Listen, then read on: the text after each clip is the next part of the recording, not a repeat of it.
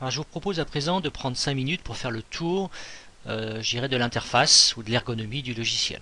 Donc on va regarder chacun des boutons un par un, ou chacune des fonctions, voilà, d'utilisation une par une. Alors le premier bouton ici permet d'enrouler ou de dérouler l'ensemble de l'arbre. Donc quelque chose de très simple. Ce deuxième bouton ici permet, lorsqu'il est activé, donc les deux petits bonhommes deviennent verts, lorsque vous cliquez sur une catégorie, et bien en fait l'ensemble des sous-catégories, quel que soit le nombre de niveaux, va être sélectionné en même temps. Ce bouton-ci permet de sélectionner l'ensemble des lignes d'une table. Donc ici toutes les catégories. Ou ici par exemple tous les produits. Donc très utile pour tout ce qui concerne les modifications en masse. Ça c'est le formulaire, on l'a vu déjà tout à l'heure. Alors la gomme dans toutes les tables, enfin là où la gomme est disponible, permet de supprimer.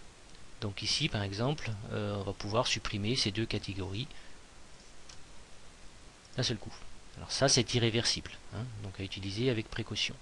L'étoile, j'en ai parlé, permet de créer de nouvelles catégories. 4 boutons qui permettent d'activer et désactiver les catégories et les produits. Ce bouton est très important. Vous devrez l'utiliser en fin de chaque session lorsque en particulier cela vous est rappelé ou que ce texte ici est affiché. Donc ça concerne le fil d'Ariane. Alors je ne vais pas vous expliquer ici ce que c'est qu'un fil d'Ariane, mais il faut y penser. Donc c'est très important en termes de fonctionnalité de votre site. Je reviendrai sur la notion de fil plus tard avec ce bouton. Ce bouton ici est très intéressant, il permet de reconstruire automatiquement, je vais vous montrer sur un exemple, l'URL simplifiée à partir du nom. Par exemple, je prends cette ligne-ci, voici le nom ici, catégorie ou CATEC 440BT1, actuellement une URL simplifiée un peu différente. Et bien, ce bouton permet de construire dans une langue ou toutes les langues l'URL simplifiée à partir du nom de la catégorie. On a la même chose, je vous le rappelle, dans PrestaPressing pour les produits. Cette fonction ici, un peu récente, permet de changer le mode d'édition de la table, en particulier pour les descriptions. En mode traditionnel, lorsque l'on veut cliquer, enfin éditer ici la description, c'est pas très pratique parce qu'il n'y a pas de retour à la ligne automatique. Donc l'utilisation de ce mode, qu'on appelle le mode multiligne, voilà, permet d'afficher les descriptions différemment et lorsque l'on rentre dedans, de disposer d'un ascenseur. Donc il vous suffit, je dirais, d'agrandir la taille des lignes et des colonnes pour avoir vraiment la possibilité d'éditer les descriptions directement dans la table. Ça me fait penser que vous avez également la possibilité d'augmenter les lignes, la hauteur de toutes les lignes, ici avec cette petite fonction. Et puis le dernier bouton ici, c'est un bouton, on va dire, de support, de maintenance de votre arborescence. Lorsque la base de données est détériorée, ça permet de ce qu'on appelle réparer les niveaux. Donc les niveaux permettent de définir je dirais, la relation entre les différentes catégories père-enfant. Donc ça c'est une fonction avancée que vous n'utiliserez certainement pas tous les jours et peut-être même jamais. Voilà, en termes de catégories, c'est à peu près tout pour les boutons. Pour les produits, vous retrouvez les mêmes fonctionnements. Juste, c'est important de le mentionner, la différence entre l'engrenage et l'œil. Donc l'engrenage vous montre l'ensemble des produits appartenant à la catégorie sélectionnée ou aux catégories sélectionnées, ce qu'on appelle la catégorie par défaut. Un produit ayant toujours une et une seule catégorie par défaut dans PrestaShop. Et puis l'œil permet de lister l'ensemble des produits qui sont dits visibles ou associés à la ou aux catégories sélectionnées plus haut. Les catégories étant séparées par ici un séparateur orange. Donc notion assez différente entre appartenance à une catégorie par défaut et visibilité dans les différentes catégories. Et je vous rappelle, l'utilité première de PrestaCategory, c'est justement de redéfinir l'appartenance, donc la catégorie par défaut des produits.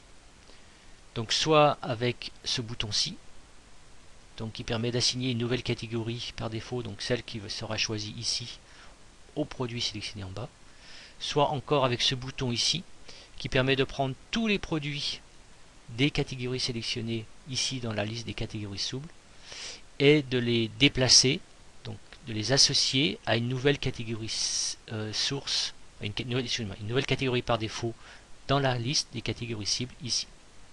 Donc si je fais ça, tous les produits qui sont actuellement rangés ici vont être rangés dans cette catégorie-ci à partir du moment où je clique sur ce bouton ici.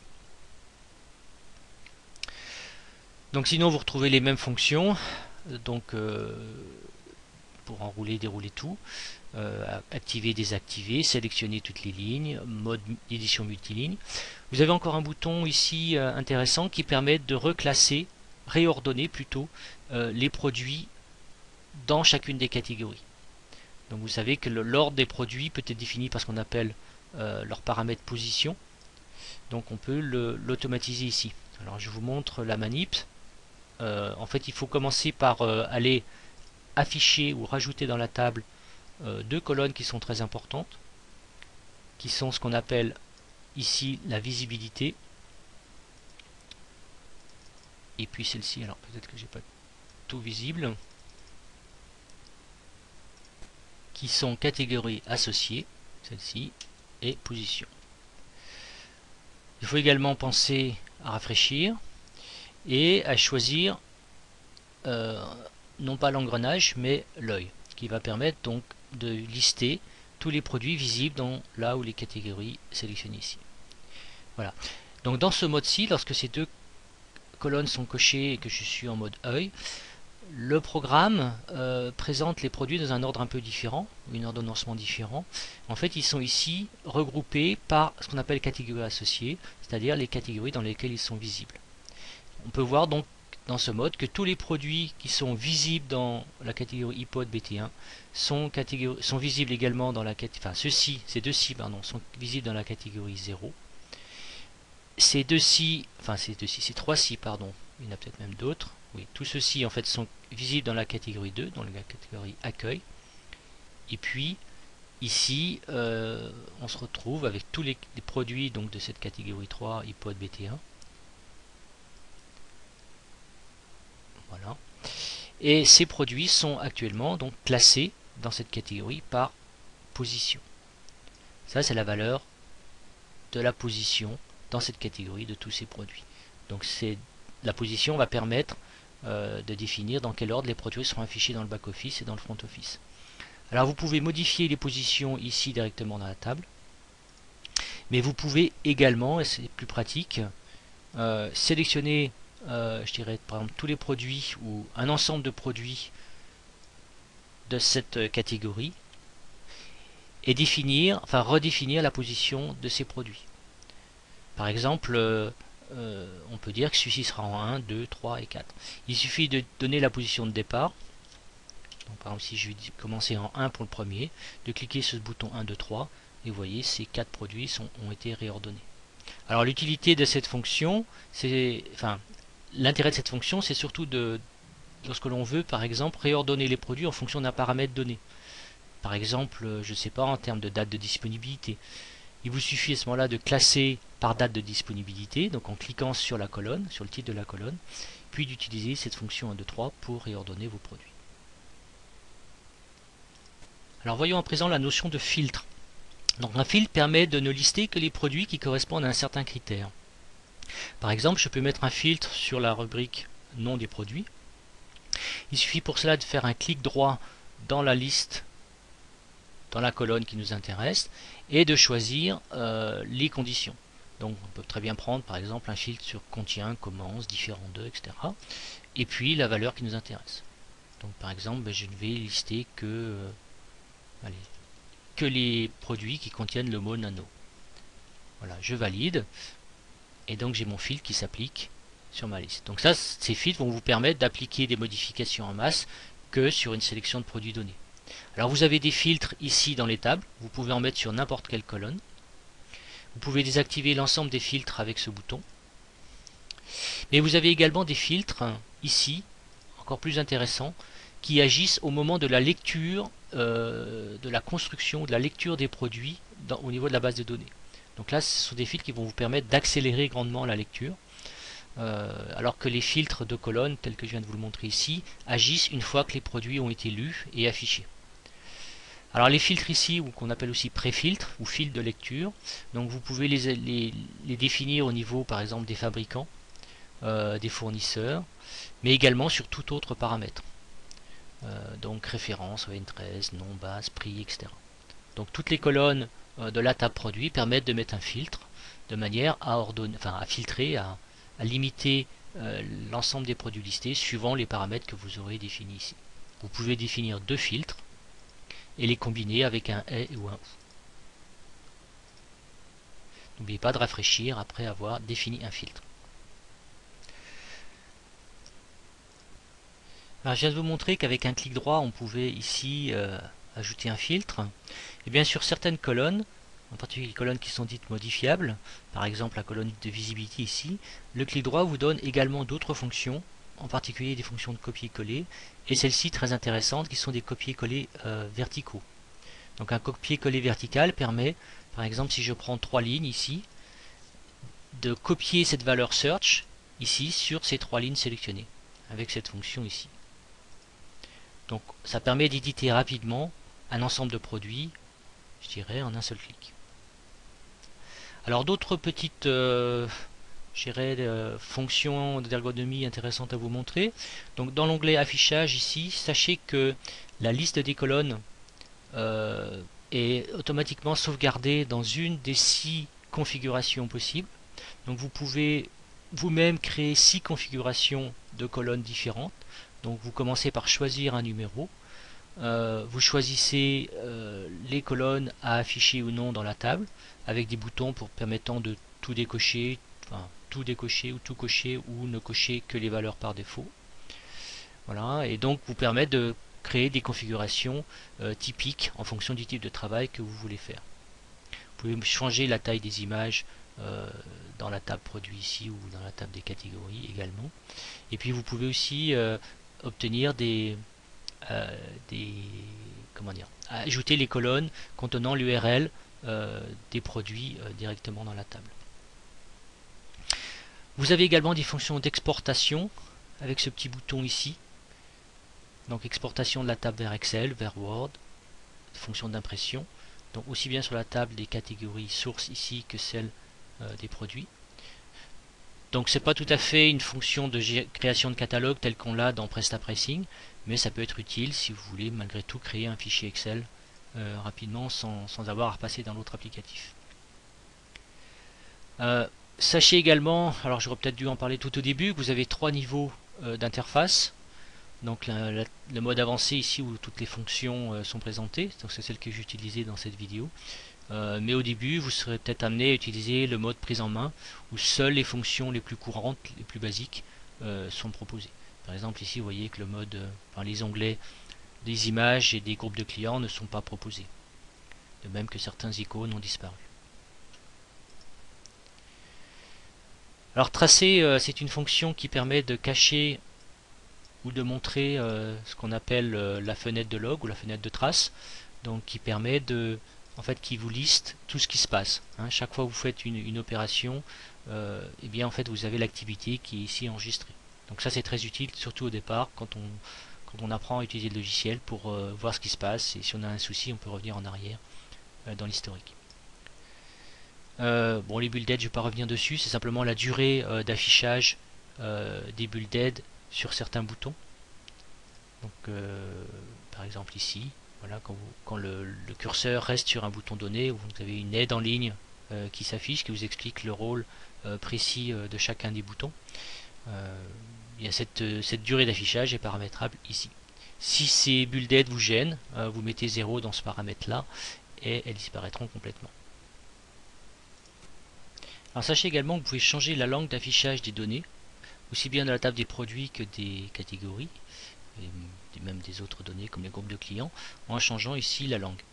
Donc prenez une langue différente. Vous pouvez également changer l'alphabet lorsque vous avez une boutique vraiment qui utilise des caractères particuliers comme l'hébreu, le japonais, le russe ou l'arabe.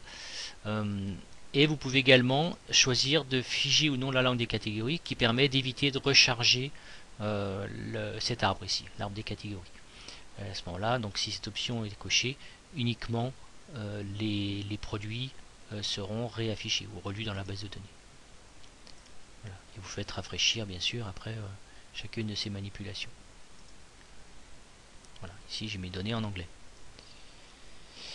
Tout à l'heure, je vous ai parlé des différentes colonnes qu'on pouvait cacher, montrer, etc., en particulier pour les catégories. Ce que je n'ai pas dit dans la première partie de la vidéo, c'est qu'il y avait certaines colonnes qu'on utilise moins souvent, qui sont un peu cachées, et qui peuvent être activées en faisant un clic droit, ici, dans n'importe quel titre de n'importe quelle colonne.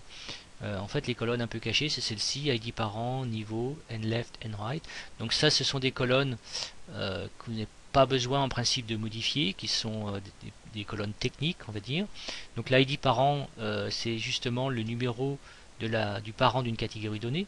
Donc par exemple ici, si je prends celle-ci, 452, l'ID parent c'est 7, effectivement. Si on remonte dans l'arbre, on voit bien que la catégorie 452 appartient à la catégorie 7. Le niveau, c'est le niveau dans l'arborescence. On commence à 0 avec le niveau route, puis 1 pour home ou accueil, puis 2, 3, etc. et on descend. Et enfin, and left and right, c'est des paramètres qui permettent justement de définir ce qu'on appelle le fil d'Ariane. En principe, vous n'aurez jamais à les modifier. Presta catégorie les gère tout seul. Mais bon, voilà. L'ensemble de ces 4 colonnes permettent ici de manuellement réparer une base de données cassée en modifiant soi-même les valeurs dans ces différents paramètres. Alors évitez d'y toucher si vous ne savez pas ce que vous faites. Vous pourriez effectivement perdre des catégories, en tout cas casser le fonctionnement de votre arborescence.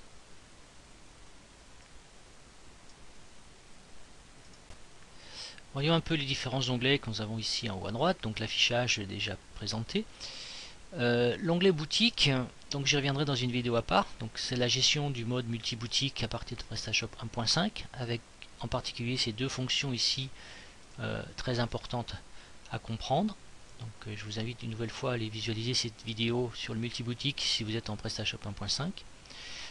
Également l'onglet association qui concerne principalement justement le fonctionnement en multi-boutique. Donc ici beaucoup de paramétrages différents, très riches, beaucoup de possibilités.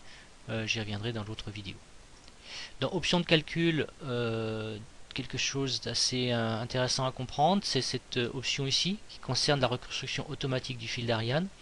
Donc cette reconstruction automatique, elle peut être activée, et auquel cas fonctionner chaque fois, ou se mettre en route chaque fois que vous copiez, dupliquez ou supprimez une catégorie. Ça ralentit un petit peu l'applicatif, mais ça évite de penser soi-même à cliquer manuellement sur le bouton de reconstruction du fil d'Ariane en fin de session. Ma recommandation, c'est de ne pas l'activer et de simplement, en sortie, reconstruire le fil d'Ariane. De toute façon, le programme vous le rappelle si vous n'y avez pas pensé vous-même. Le calcul des taxes, alors c'est simplement le paramétrage des prix des produits à l'affichage dans Presta Catégorie dans la table du bas. Donc vous permet de définir pour quel pays, quel état doit être calculé les prix TTC. Et également si les taxes doivent être activées ou désactivées dans le calcul des prix. Les filtres, je vous ai déjà présenté. Et puis bien sûr les catégories cibles, donc permettant de dupliquer, déplacer, cloner, etc. les catégories de la droite vers la gauche. Voilà. Alors j'aurais presque fini cette vidéo, mais j'aurais été vraiment incomplet si je ne vous avais pas parlé du paginateur. Alors le paginateur, c'est ce champ ici en jaune, avec une valeur 10 par défaut, et ces deux flèches à droite à gauche. À quoi ça correspond? C'est simplement le fait que ce paginateur va limiter le nombre de produits listés dans la table ici, à la quantité définie dans le champ, 10. Donc si par exemple je choisis toutes mes catégories, j'ai certainement plus de 10 produits dans l'ensemble de cette boutique, seulement 10 produits sont affichés en même temps. Et si je clique sur la flèche ici, j'aurai les 10 suivants, et ainsi de suite. Donc l'intérêt du paginateur, vous l'aurez compris ou deviné, c'est simplement d'éviter de charger des centaines voire des milliers de produits en même temps. Donc on travaille sur une sélection plus limitée à un moment donné. Par contre, ce qu'il faut savoir, c'est que lorsque vous utilisez le paginateur et que vous utilisez les fonctions en masse, par exemple, comme je vous ai montré tout à l'heure, le clic droit et cette fonction ici, copier-coller cette valeur dans toute la colonne, et bien ceci va ne s'appliquer que sur les 10 produits actuellement listés. Donc si vous voulez faire une modification en masse sur l'ensemble des produits une centaine de produits ou plusieurs milliers de produits en une seule fois, il faudra désactiver le paginateur, c'est-à-dire mettre 0 dans ce champ et cliquer sur l'un des deux boutons. Auquel cas, j'ai effectivement, dans ce cas-là, tous les produits de toutes les catégories ici sélectionnées qui s'affichent dans ma table. Voilà, merci pour votre écoute et à bientôt sur la prochaine vidéo.